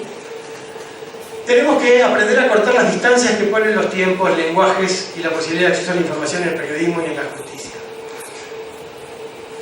Problemas, tiempos. La justicia tiene tiempos procesables. Los tiempos que dura, lo que dura una investigación, el tiempo que dura entre la detención y la indagatoria, el tiempo que dura entre la indagatoria y el procesamiento, el tiempo que demanda poder hacer una elevación a juicio, el tiempo que demanda un juicio, el tiempo que demanda elaborar una sentencia. ¿Sí? Los periodistas queremos la sentencia ahora. Pero como si hubo un accidente, ¿quién tuvo la culpa? Nosotros tenemos esa necesidad informativa de dar una certeza, y la justicia tiene los procesos naturales que tienen pasos necesarios para poder llegar a una certeza. ¿Cómo achicamos esos tiempos? ¿Cómo achicamos esos tiempos?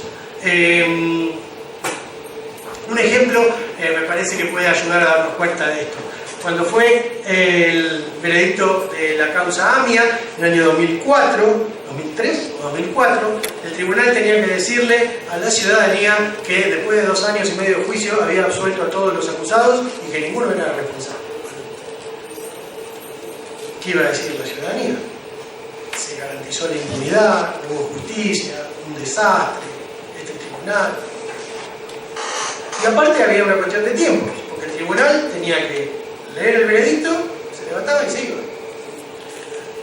Los fundamentos iban a estar 40 y pico de días después y estaban resumidos, o reunidos, mejor dicho, en 8 cuerpos de expediente. La sentencia creo que tiene entre 8 y 10 cuerpos de expediente. Imagínense, buena voluntad de los jueces. ¿Cómo hacemos para explicar por qué hicimos lo que hicimos?, dijeron los jueces. Y entendieron que había una estrategia para cortar los tiempos y estaba vinculada con convocar a los periodistas que estábamos cubriendo el juicio, y nos dijeron: miren, va a haber un veredicto. El veredicto, después de leído el veredicto, nosotros vamos a difundir un comunicado de prensa que va a contener lo esencial de la parte resolutiva, y va a tener los argumentos del por qué nosotros hicimos lo que hicimos. Esto no integra la sentencia, es una pieza de comunicación, pero los jueces entendieron que si no hacían una estrategia para cortarlos, para salvar el problema de los tiempos, iban a terminar perdiendo la batalla comunicacional, porque iban a dejar la comunicación en manos de las partes. Las víctimas diciendo impunidad, los acusados diciendo, vieron, no teníamos nada que ver, esto era todo una fantasía. Les funcionó y en los diarios del otro día, porque en ese momento todavía los diarios teníamos influencia, aparecieron los argumentos del tribunal. El día que se conocieron los fundamentos, los 10 cuerpos de la sentencia, por supuesto nadie lo leyó. Pero ese día estaba la información, porque la información no solo tiene que ser veraz, sino que tiene que ser oportuna, decimos los periodistas.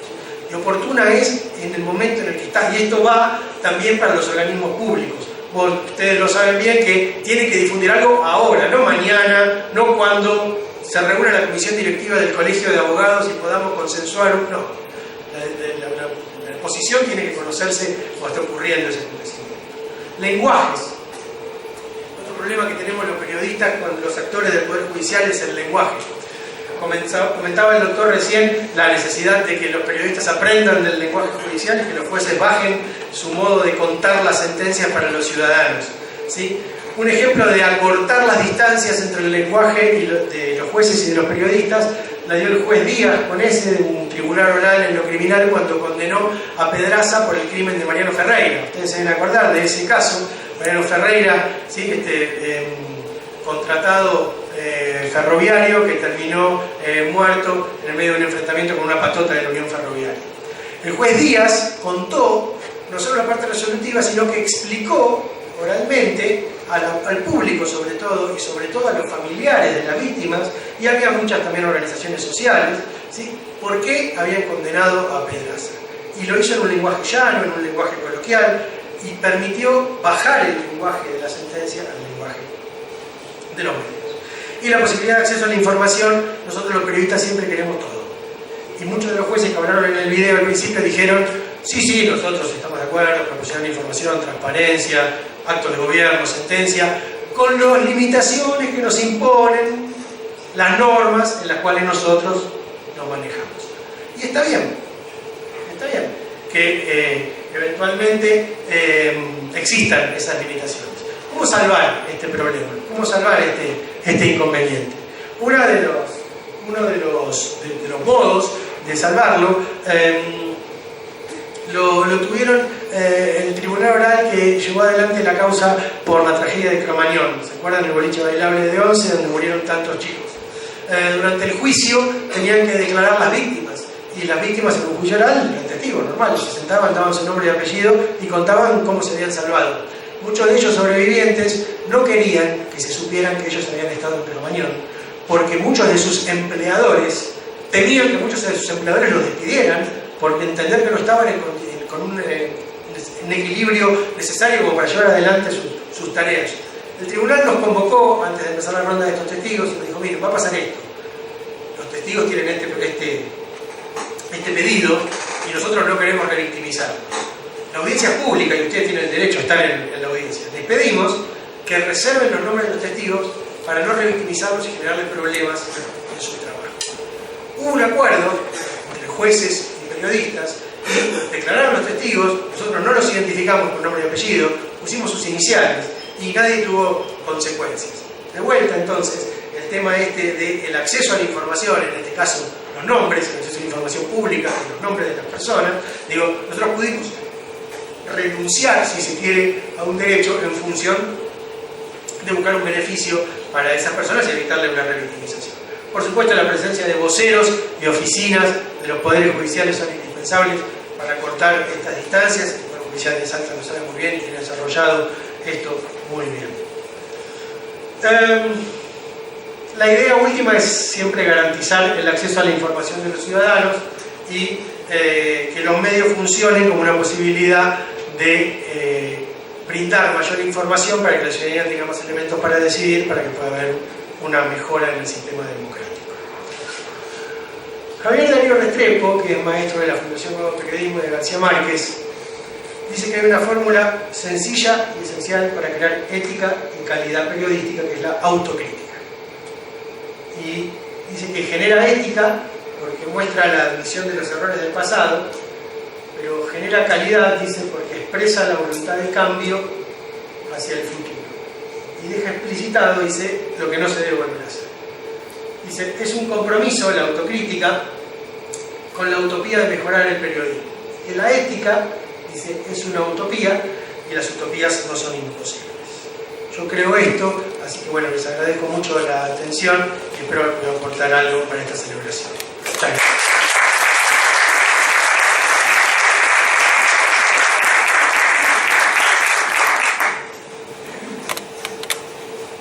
Se abre a partir de este momento un espacio de preguntas al disertante.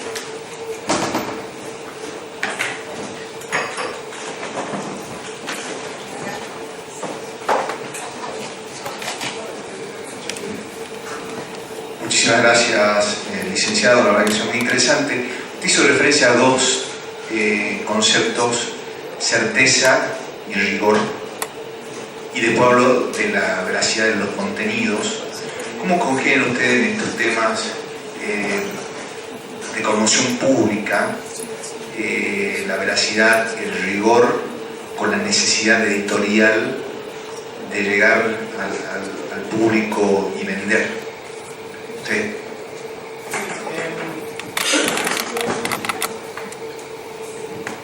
Digamos que nosotros como periodistas, digo, sobre todo que nosotros somos periodistas, no tenemos un objetivo económico en la producción de los contenidos. Lo que tenemos en todo caso es algunas cuestiones que están vinculadas con las prácticas periodísticas. Nosotros sabemos que una noticia va a tener mucha más influencia, va a tener mayor recorrido si genera un mayor impacto. Y ese mayor impacto muchas veces está relacionado con explotar los aspectos emocionales de ese hecho informativo, más allá de explotar los aspectos racionales del hecho informativo.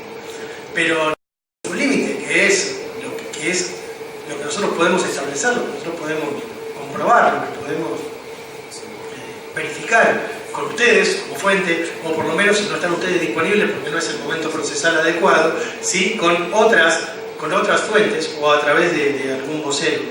Sí se las ven más complicadas los medios donde efectivamente hacen de su negocio el amarillismo, y donde sí, ahí efectivamente esa es exclusivamente el objetivo. Yo creo que esto que usted dice, doctor, se está dando mucho, y no solamente vinculado con las noticias policiales, sino que se está dando mucho con las noticias políticas, y con las noticias vinculadas con la política y el Poder Judicial. Muchas veces genera mayor audiencia, ¿sí?, en la exageración de determinadas noticias vinculadas con la intencionalidad política de algunas decisiones judiciales. Algunas de esas informaciones son efectivamente corroboradas, y otras creo que son más parte de este mundito conspirativo que rodea a cierto sector del periodismo, que encuentra que ahí va a encontrar mayor rédito. Pero nada, yo soy muy crítico de la cobertura que estamos haciendo, y creo que parte del seguimiento de la pérdida de audiencia y de la pérdida de credibilidad tiene mucho que ver con nuestro trabajo. Más allá de toda esta situación global que acabo de mencionar, creo que tenemos que volver nosotros a lo que mejor sabemos hacer.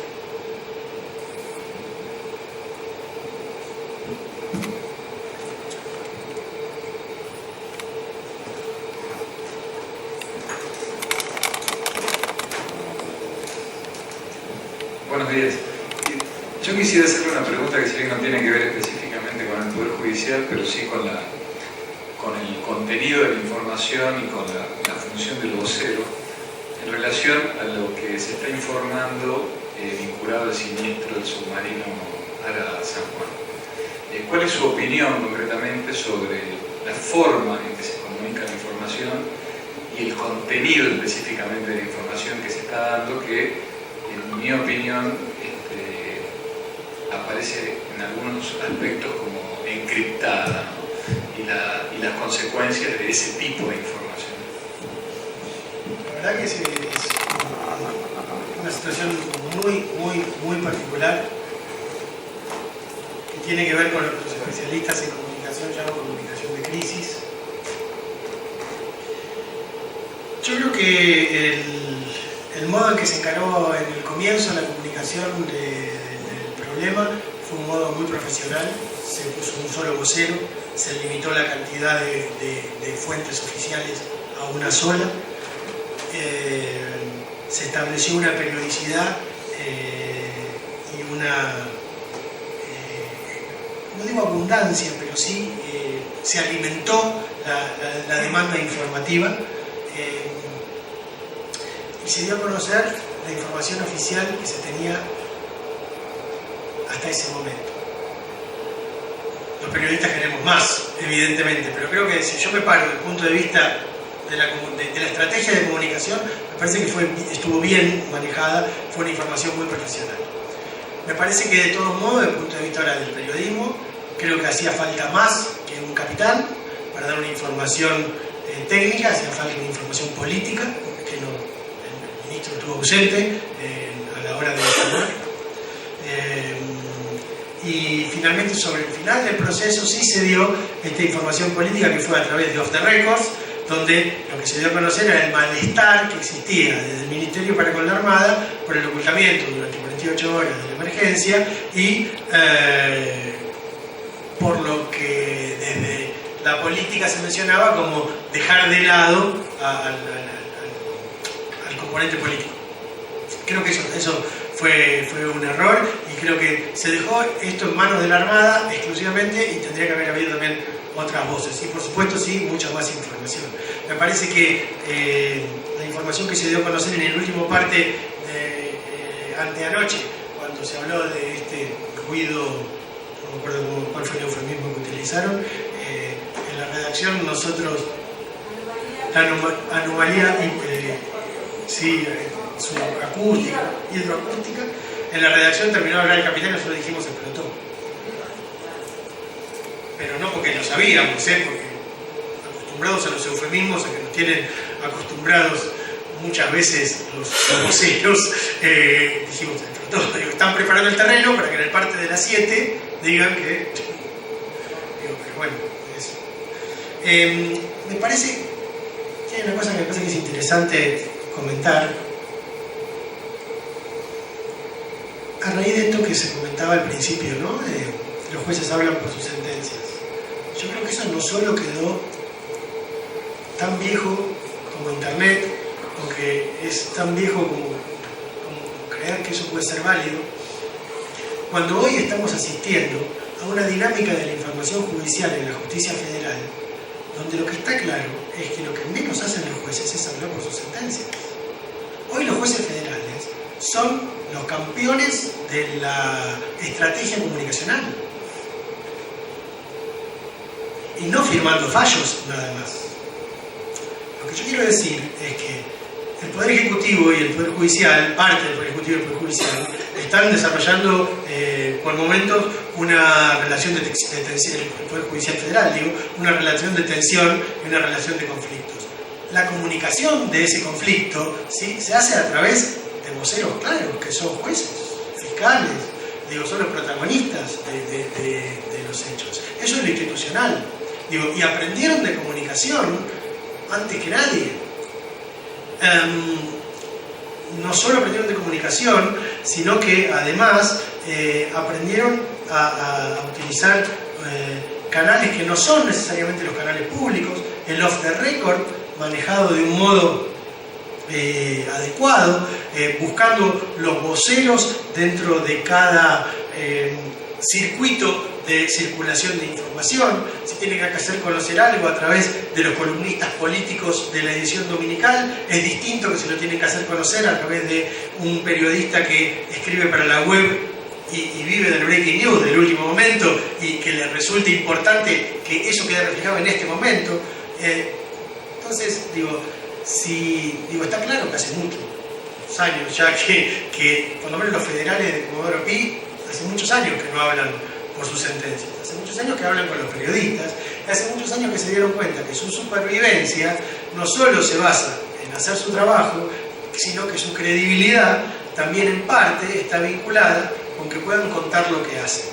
Y los periodistas también aprendimos, porque también pasó eso en los últimos 10 años, 15 años, donde los periodistas aprendimos también a manejarnos con esa dinámica de la información.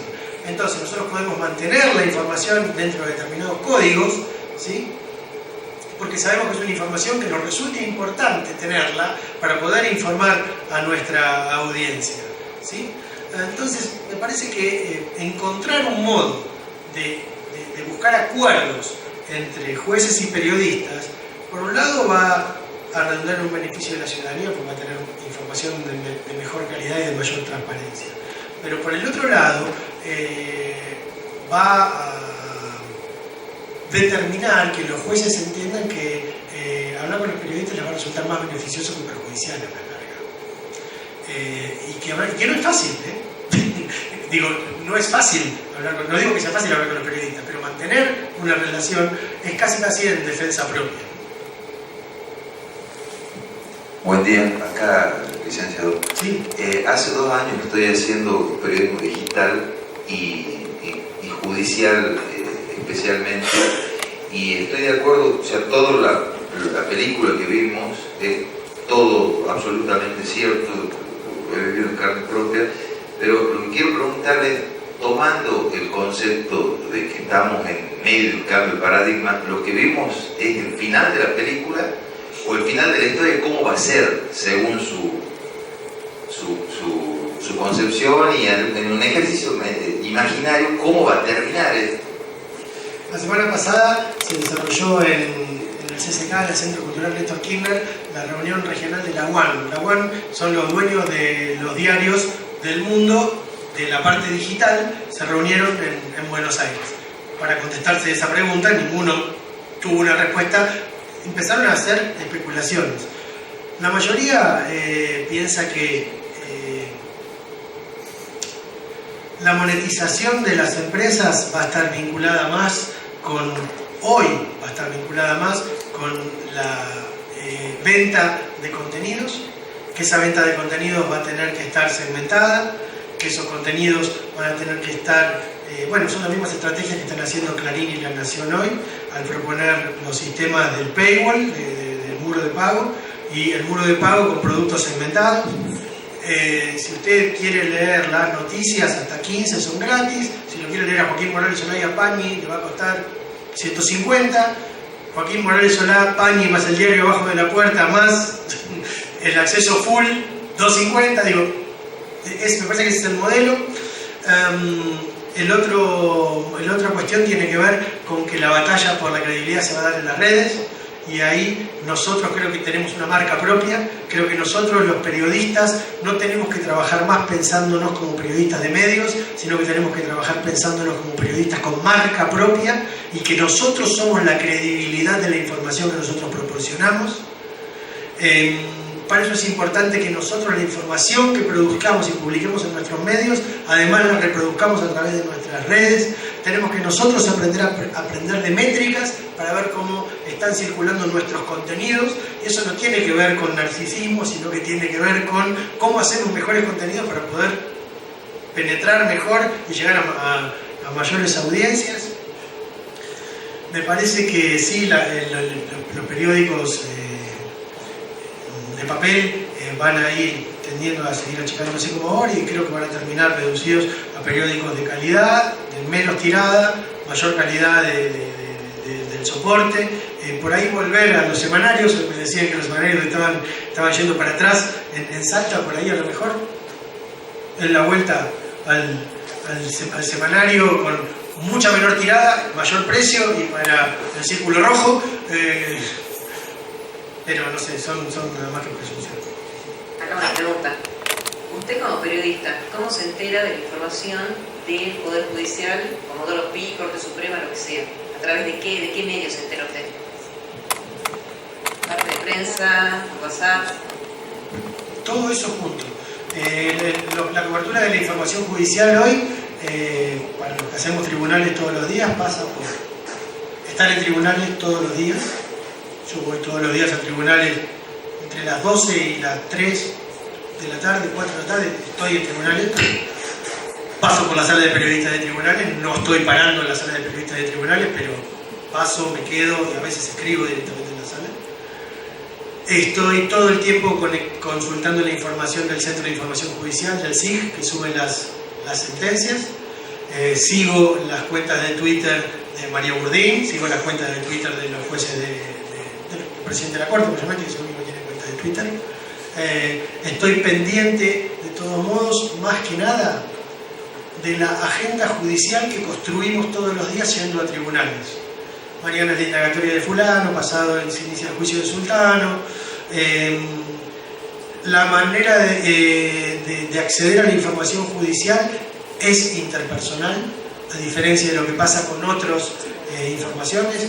La información judicial es cara a cara. Se basa estrictamente en la confianza entre fuente y funcionario judicial.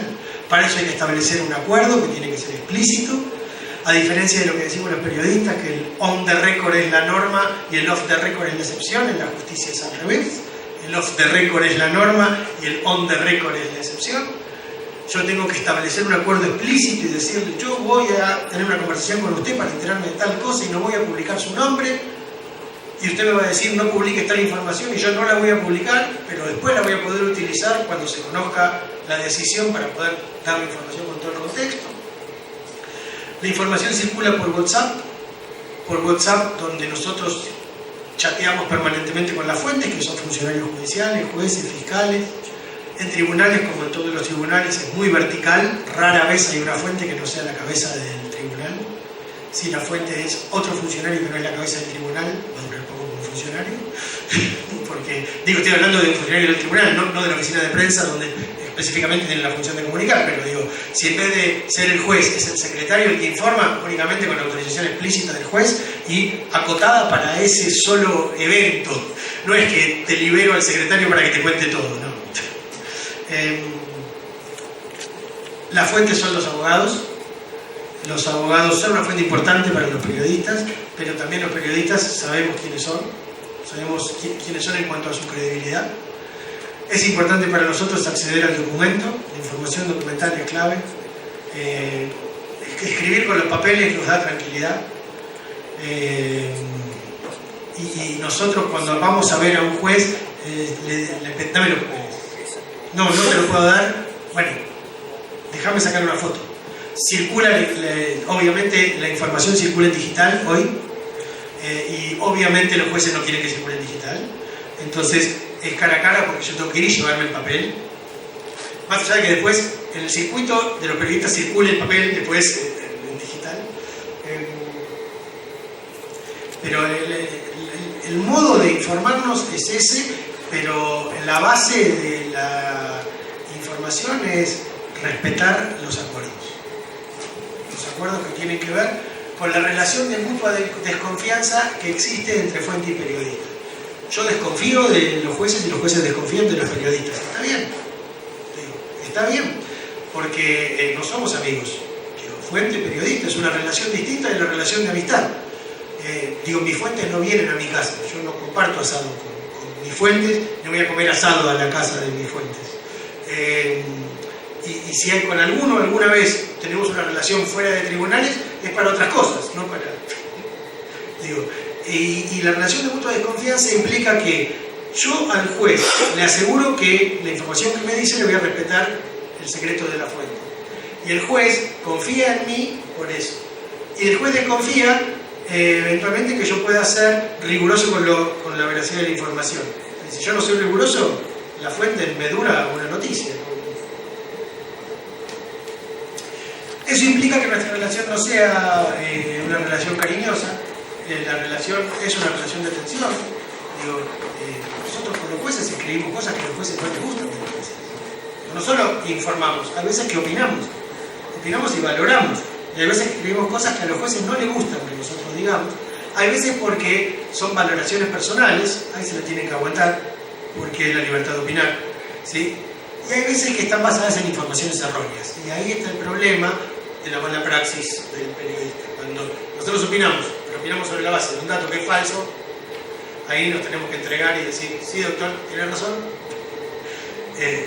voy a rectificar. Disculpe, una licenciadora. Yo quería preguntarle más que nada, me quedó una duda en la charla. En un momento usted dijo que la labor del periodista la podría realizar un ingeniero, por ejemplo. ¿Eso fue metáfora o fue la realidad de No, lo que yo me estaba refiriendo es que hoy en las redacciones se están incorporando más ingenieros que periodistas, porque cada vez se están incorporando más personas que tienen habilidades para desarrollar contenidos digitales, programación, ingenieros en sistemas, programar contenidos digitales. Hay En La Nación incorporamos a un ingeniero en el equipo de periodismo de datos, por ejemplo. Hay un equipo de chicos que hacen periodismo de datos, que es, analizan bases de datos públicos, el Ministerio de Justicia, el Ministerio de Salud, de qué se muere la gente en la Argentina, por qué están internadas la gente en los hospitales públicos, cuánto se gasta en compra de medicamentos, digo, analizan planillas de Excel, digamos, y esas planillas de Excel las transforman en un dato que se transforma en una noticia. Nos hacen falta ingenieros que nos ayuden a procesar esas planillas de Excel y que nos ayuden a transformarlas en un dato que después los periodistas podemos transformar en una historia. Digo, en ese sentido, digo, ingenieros para la parte de desarrollo de contenidos digitales y para periodismo de datos. Muchísimas gracias.